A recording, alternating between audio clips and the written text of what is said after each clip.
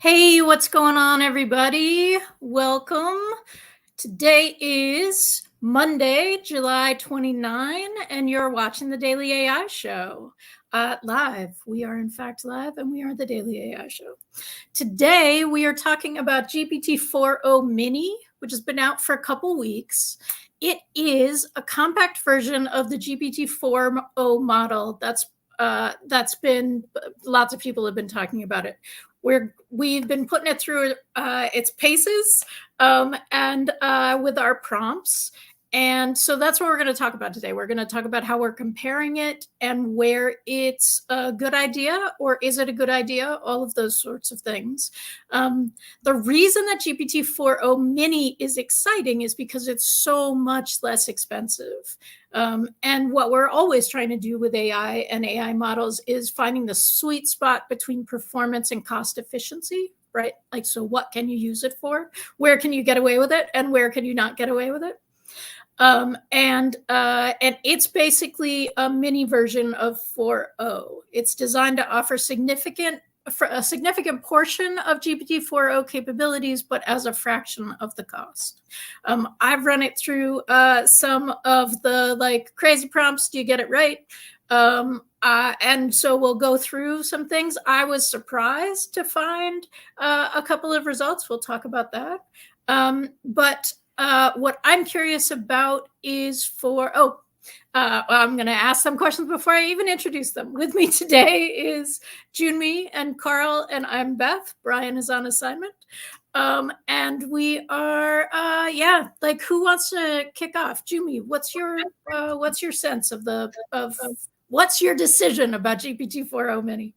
So I like the fact that it's cheaper.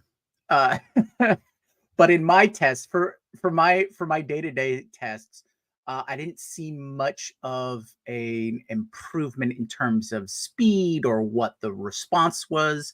But of course, most of my day-to-day inquiries or what am I looking for?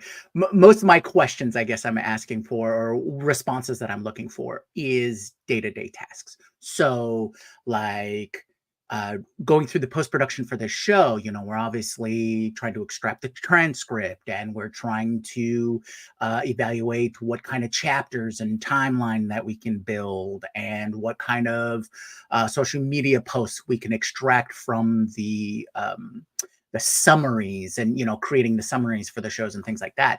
So these are all low-hanging fruit, very mundane type of tasks, which Mini is supposed to excel at. And in terms of how much it would cost me to run these, it does excel at those. What I'm saying is the responses that I'm getting quality-wise is approximately the same. I'm getting the kind of responses. So I no longer have to use 4o. I can use the lighter model Mini for those mundane tasks. And that was my main takeaway. Those are the kinds of prompts and things like that I'm running on a daily basis. This is my everyday. So I'm not trying to run through mega prompts or elaborate prompt chaining or any of those kinds of things.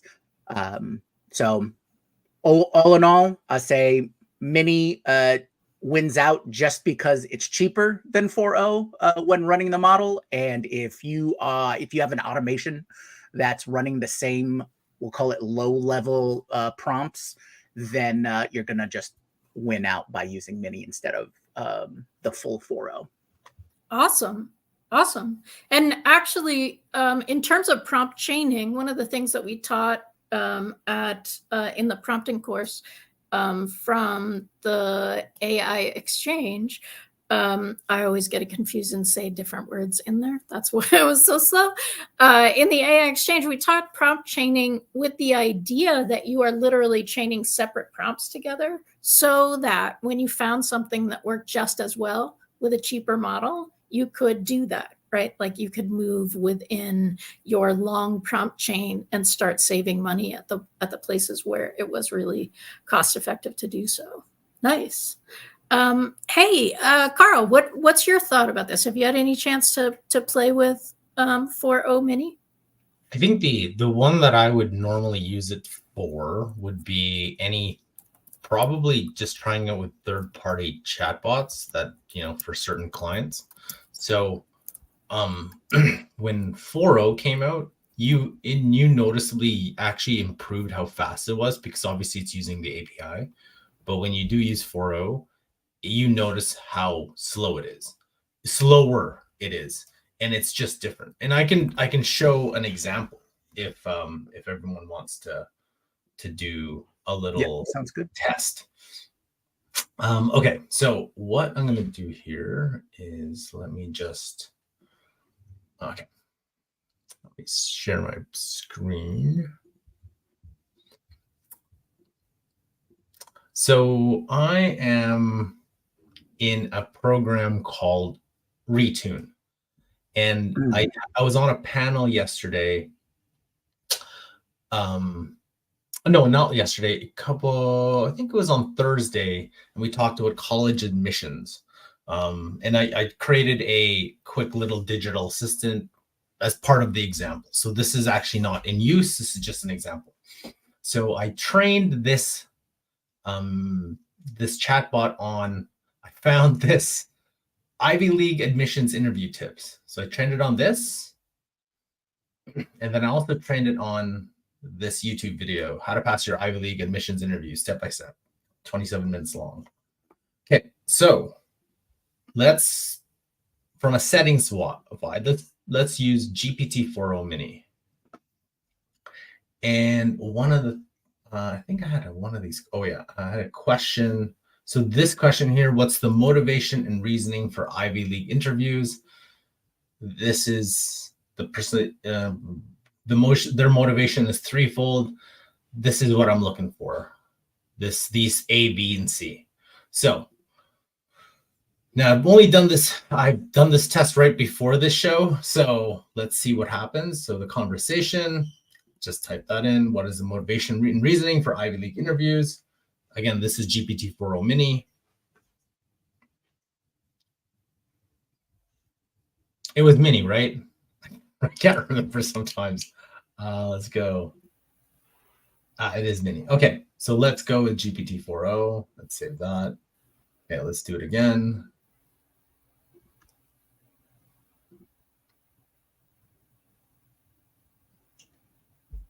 Pretty much as quick as both the same.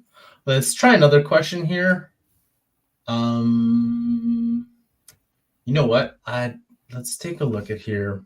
Let's see. Technical aspects. What's her longest thing? Discussing extracurriculars.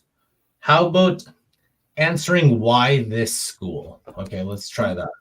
So I'm going to go back to settings. Let's go back to GPT-4o Mini. Let's save that. Conversations. Okay, so how to answer the question, why this school? Okay, so I'm just going to make sure copy paste that later. Okay, let's see what it says.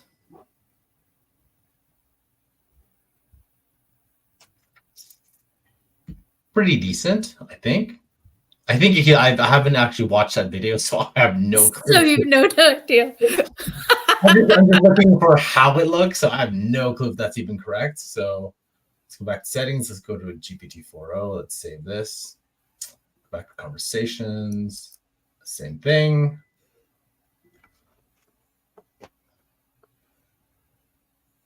So this one is a little bit different. Notice the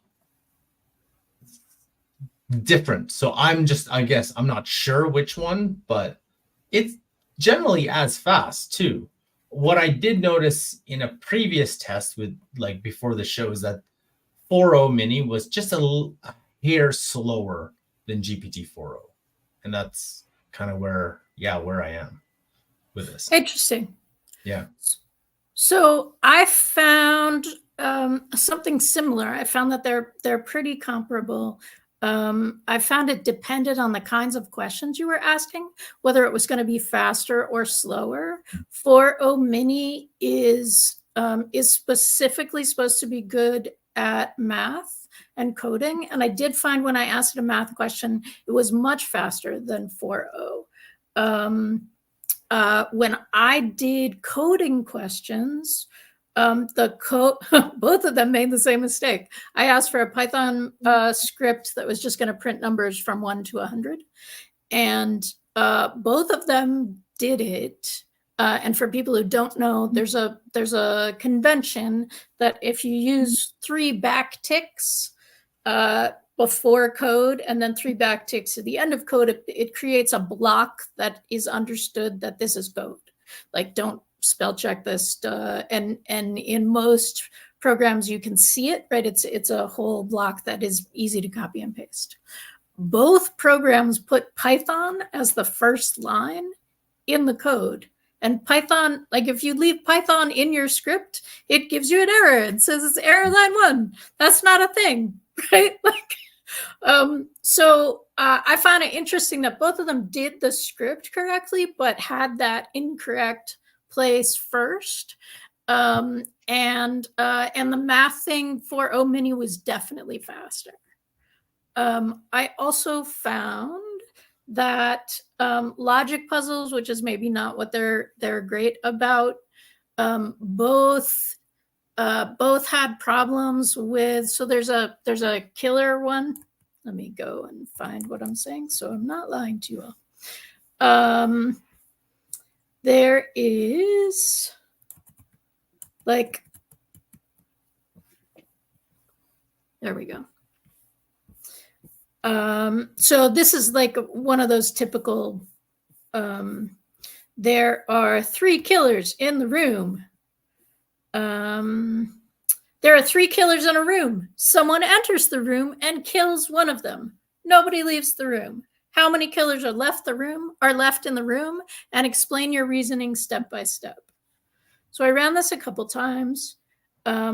Which is another takeaway from all of this, because you're going to need to run things because the models are based on prediction, right? What's the most likely response kind of thing. So getting it right and getting it wrong it happens on a regular basis. Like there's a randomness in that. And the first time I ran it, GPT-4o got it correct. And it said basically that if someone has come into the room and killed someone, they are by definition a killer and can be counted in the how many killers are still alive in the room. In the next time I ran it, and GPT-4o Mini said no, because a murderer is not technically a killer. I then asked, how would you describe a murderer? Like, what would you call a murderer?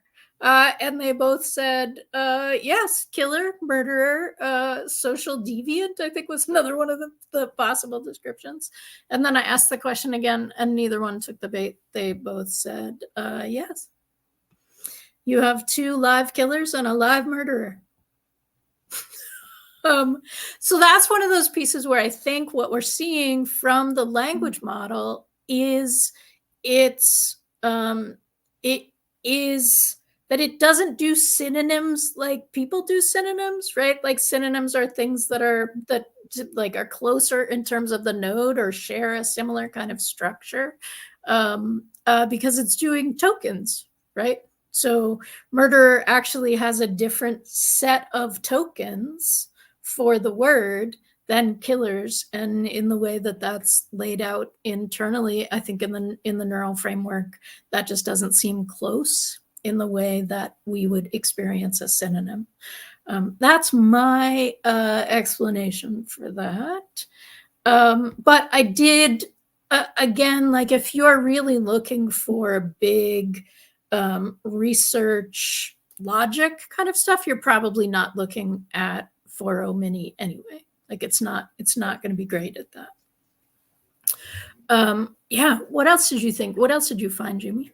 So one little issue I did run into, and this is no shade on OpenAI, because they were very clear when they released it, is what mode or modalities that it accepted.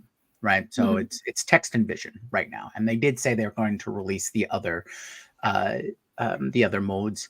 And but the thing I wasn't aware of was attachments. It doesn't work with attachments, so you can't upload. And this is part of, like I said, the low hanging fruit. My mundane everyday tasks is to load up the transcript and do a summary and do all those kinds of things. And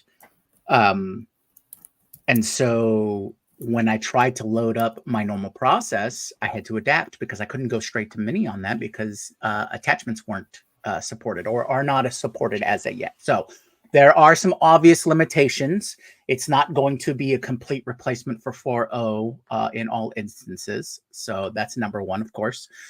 Number two, it's not just here, this is cheaper, do all of your mundane things, or at least you're going to have to change it because it has the same context window as 4o.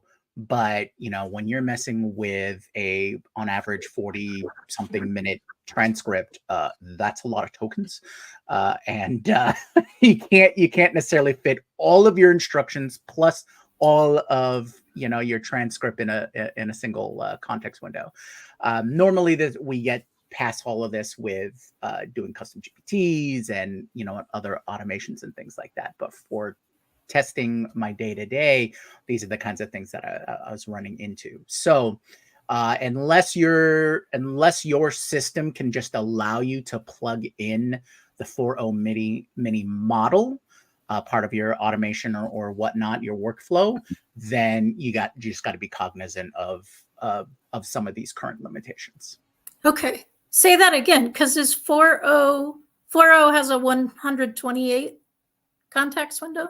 128,000. Yes, they both have the same. They both have the same context window. It's a matter of processing. Like I said, the errors I ran into, or the errors part of my workflow, is it can't handle Mini cannot handle attachments through the chat GPT interface. So a lot of my workflows have that as part of the process. Got it. That makes sense. And I just want to say welcome, Andy. Andy has joined us. Very, very cool. Andy, did you have a chance to go through and play with 4o Mini? I did. I did one little experiment. It's kind of similar to what Carl showed. I'll share my screen in a moment to show you that. But what I was interested in seeing is whether there was a different kind of voicing that came out of GPT-4o Mini as compared to GPT-4o. And I did the same thing, and I compared it to Claude 3.5 Sonnet to see, what that did. Now, the prompt that I used is one that I used to generate an overview of a topic, as if the AI is an instructor, is going to introduce a subject area and lay out what the full scope of the concept area or concept space is. And as I expected, there is a difference between, it's not exactly the same between 4o Mini and 4o. And so let me share my screen and show you, kind of some of the elements of that. Give me a second here to get my screen up. I'm going to do this window. Okay, what we're looking at here, tell me when you see my screen. Yep. Okay, what you're looking at here is a really great tool called Vellum, which lets me do the same prompt, exactly the same prompt across any number of models that I want to do the comparison with. So this first column here is GPT-4o Mini. You see, I've selected it here. And the second one is Claude 3.5 Sonnet. You see that here. And then on the far right here is GPT-4 Turbo. And this is the prompt. I'm not going to go through the detail of it, but the topic that I selected here is LLM prompting. And so here's 4o Mini's Introduction to LLM Prompting. It looks very similar to Introduction to LLM Prompting over here on the right, but you see it's a little shorter phrasing on the basic introduction, and then it uses a slightly different structure for organizing the ideas and major concepts in LLM prompting. And over here, using the same prompt, 4o says subtopics overview. And you'll look, if you look, we're looking far left column compared to far right column. This is 4o Mini on the left and 4o on the right, or I'm sorry, GPT-4 Turbo on the right. And in a moment, I'll just change this to GPT-4o, and we'll see what that change is. But you can see there's differences in here. Like this one includes prompt efficiency and a concept called feedback loops. Over here, we have iterative prompting that doesn't occur over here. So trying to figure out what the sort of the knowledge space is that each one of these very similar models is presenting is tricky. Now I'm going to change this one to GPT-4o. Here's Mini, and here's 4o down here. So I'm going to change that, and I'm going to confirm that change. And then now we see GPT-4o on the right. I'll run it. And the first thing that the prompt asks the model to do is to provide a kind of an idea that maybe the learner doesn't know about. But they're very, very similar here between 4o and here's. Did you know that the way you phrase a question or request to a language model can significantly influence the quality of the response received? Well, yeah, I kind of knew that. Over here on 4o, it says, did you know that the way you phrase a question or prompt can significantly influence the quality and accuracy of the response you get from a large language model? Slightly different phrasing, but very similar between 4o and 4o Mini. Now, when you get to this structure of the overview, here now, again, we're comparing 4o, which has a very different training base from GPT-4 Turbo. There's a lot of similarity here, but the term prompt engineering occurs from 4o, and it doesn't really occur over here. And again, it says iterative refinement from 4o and iterative prompting over here. So there's subtle differences between those two. But now look at how different Claude 3.5 is. It says, did you know that the way you phrase a question to an AI can dramatically change the quality and relevance of its response? Much like how rephrasing a question to a human expert can lead to more insightful answers. I thought that was a really interesting difference because it provided a kind of analogy in explaining that thing. And then here's a big difference that I found. One of the important points about prompting at this point is examples. And few-shot learning, which is providing examples to the LLM in your prompt context, is shown to dramatically improve the output response. And oddly, 4o and 4o Mini, neither one of them refer to, in a high-level overview, refer to examples and few-shot learning as a term of art specifically. So this might give you pause about using 4o or 4o Mini, at least it would in my comparison, because I kind of liked the framing of the whole process that Claude provided a little bit better than 4o. But my final conclusion was that 4o Mini did a pretty competent job, slight differences, very similar to 4o, but 4o Mini, it would have been perfectly adequate for generating something that would be satisfying to any number of students who might be using that particular output. Right. And I think you brought up a really good point because are we all in agreement that if you compare 4o Mini to 3.5 in terms of content or writing or context, we're going to be disappointed in that context? Disappointed as in you like... Sorry. Go ahead, ask. Oh, disappointed as it's worse? We feel that it's worse than 3.5? Yes.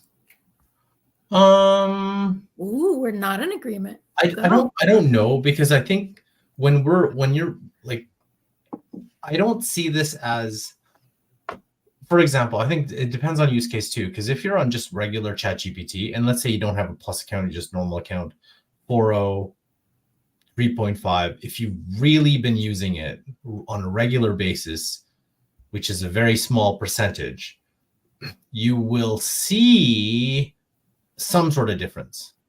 But if most people don't, if you have a free account, you probably aren't using it every day. So you may or may not see a difference. I think where you could really see the difference from a cost perspective is if you build with it. So if you're building with it, and let's say the entire object of your build is more of a not fine-tuned, maybe a, just pure RAG, just pure data retrieval off a bunch of PDFs. And if it's just super PDF accurate, I'm sure that's probably where you'd probably want to use it. Let's say an internal employee manual just for internal employees for a medium-sized company, small business company. I think like 4o Mini should be enough. But if you're building it for more comprehensive use, more maybe external facing customer questions type, you probably want to build it with 4o. So I think it's a bunch of use cases depending on your audience, what you want it to do, and then what's your expectation in terms of questions, right? Because I'm thinking too, if you're using Copilot Studio and you're just connecting it to SharePoint, for example, I'm not sure 4o or 4o Mini there'd be much difference if you're just, right? It totally depends on use case. And then if you have an enterprise company that is in the tens or 20s or 50s of thousands, I'd probably want to go with the Mini versus, especially if it's like, oh, we built this thing, Copilot Studio, using it specifically for asking about legal questions. Yeah, or vacation requests. Yeah, you probably want to use GPT-4o Mini because just in terms of pure cost. Right. Right. So yeah, I feel like it depends on what you're building too. I would agree with that. I just want to clarify what I was asking was if you're comparing 4o Mini with Sonnet 3.5, you're going to be disappointed. Sonnet 3.5 is always going to be like the better thing. But you're right, Carl. If you're looking for good enough and significant reduction in cost, that's going to win, I think. I also wanted to go back and highlight a couple of things. Number one, Carl, what you were saying about if you are using the free version of ChatGPT, that's an excellent point. None of this matters if you're using the free version of ChatGPT because you just use 4o, right? Because it's not a matter of your building.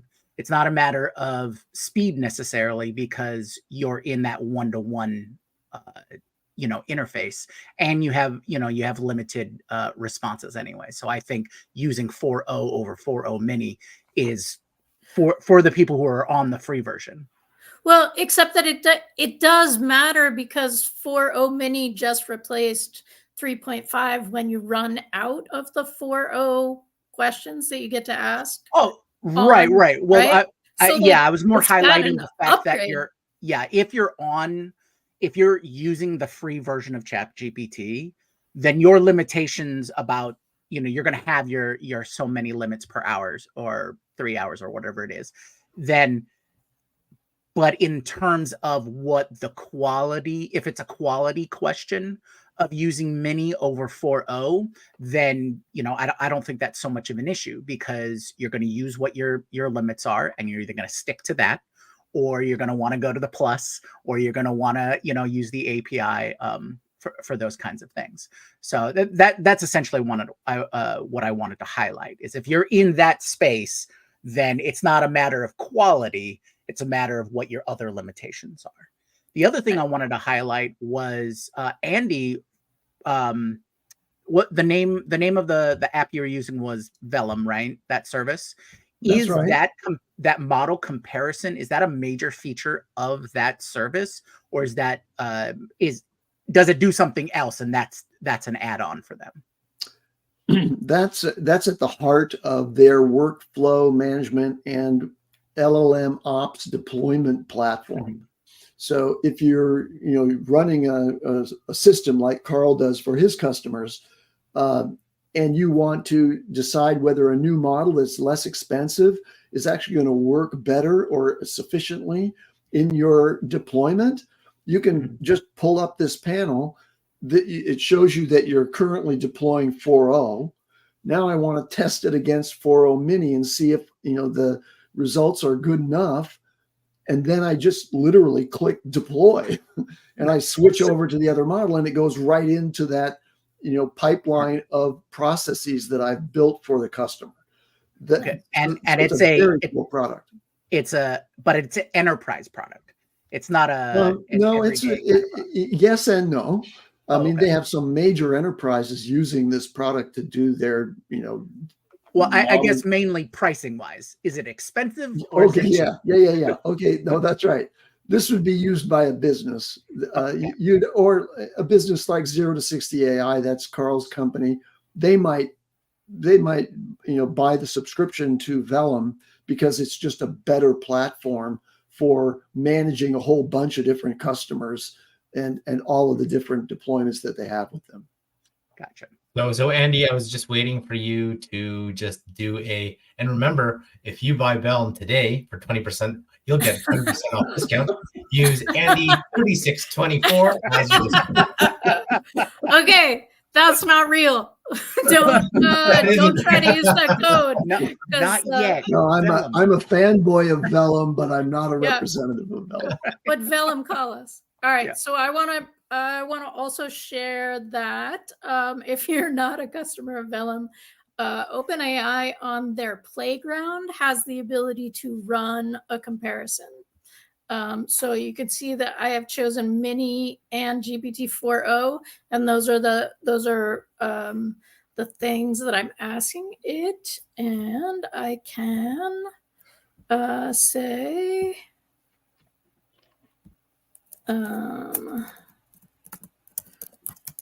Write a limerick about tuna and run. This is not a great thing, but they will both run. And we can decide whether we think that one is better than the other, but the other piece of information that it gives you is the milliseconds, the latency. The tokens is including all of it, I believe, which is why those token numbers keep increasing, because that's definitely not 4,234 tokens for this limerick. But if you want to compare something specifically with OpenAI, that's a way to do that. And that is platform.openai.com. When you run your test, it will you'll get charged by the API costs. Okay. Anybody else have something they want to say to wrap this up? Oh, and I do, because I feel. I guess the question was to the group and also to the people who are on live with us today. If you had a choice today between using GPT-4o and GPT-4o Mini for, let's say, just regular, if you're on ChatGPT, desktop, mobile, wherever you're using it, I would imagine we're all probably going to stick with GPT-4o, right? Probably not going to switch to Mini. So I honestly feel it's like it's really more for developers and what you're building. I'm not sure we'd use it for anything other than that. Yeah. Am I wrong? Probably. I mean, I agree with you. I think Mini is probably fantastic for those repetitive tasks, right? If you what's the basic rule? If you do it 3 times, then build an automation, and then if it's an automation, then Mini is probably going to overall be better for you than regular 4o. Right. Yeah. Well, I suspect that it's also a little bit about what OpenAI is moving towards. And we've said many, many times that we're moving towards agents and agentic features. Those comparisons that I was doing and showing on the platform also include the ability to see how each of those calls functions and uses them. So those are pieces where we're starting to get to more agentic-like behaviors. And yeah, Carl. Well, there's one thing too. It'd be really neat to see if we could ever down the road with any custom GPTs be able to switch. Because right now you can't do anything. I think it's like it automatically defaults to whatever the latest model is for your custom GPT. And I think people have built around that, but it would be nice to be able to build certain things. I can't think of any examples right now, but I'm sure there are people who have like certain automations that they use their custom GPTs for that they don't necessarily need that. Or what I like to test is speed-wise, how fast everyone like whichever goes. So it'd be nice to maybe in the custom GPTs to see that. So if any OpenAI people are actually listening to or watching this, it'd be awesome. That to be a request to be able to do that with your custom GPTs. Yeah, absolutely. And one of the things that I think is happening on the back end because of some things that OpenAI has said, like in the last couple of months, is that they're switching. If they think the question doesn't need the highest level of the model, they're switching it on the back end because they're saving their own costs, which I think is why we're not given that option. Awesome. So let's share Justin's take. Justin thinks 4o Mini is solid. Depends on your use case. Non-enterprise users might not switch due to its lack of internet and upload support. Absolutely. These features are essential for Justin. I totally get that. Yes. I get it. I agree. Yeah. Okay. So I think we're going to wrap it here today. Thanks, everybody, for joining us. You can find us at thedailyAIshow.com. And we have a newsletter that comes out on Sundays. You can find out more about the topics that we're talking about and what we're talking about privately in our Slack. Tomorrow, we are going to talk about the future of AI, you and your future AI avatar. Who owns that? Who owns you? Who owns your likeness? Super important topic, particularly if you are someone who is in a business and your likeness is being used, right? Because it's easier just to script you and your avatar than to have than to schedule you. So something to think about. Wednesday is our news show. Thursday, we're talking about, is AI better at empathy than humans? Spoiler, maybe. And Friday, we're doing our 2-week recap show. We have our 1-year anniversary coming up next week. So please come back. Please like and subscribe and support us. It's so fun to do this for you. And on that note, have a happy Monday. We'll see you tomorrow. Aloha.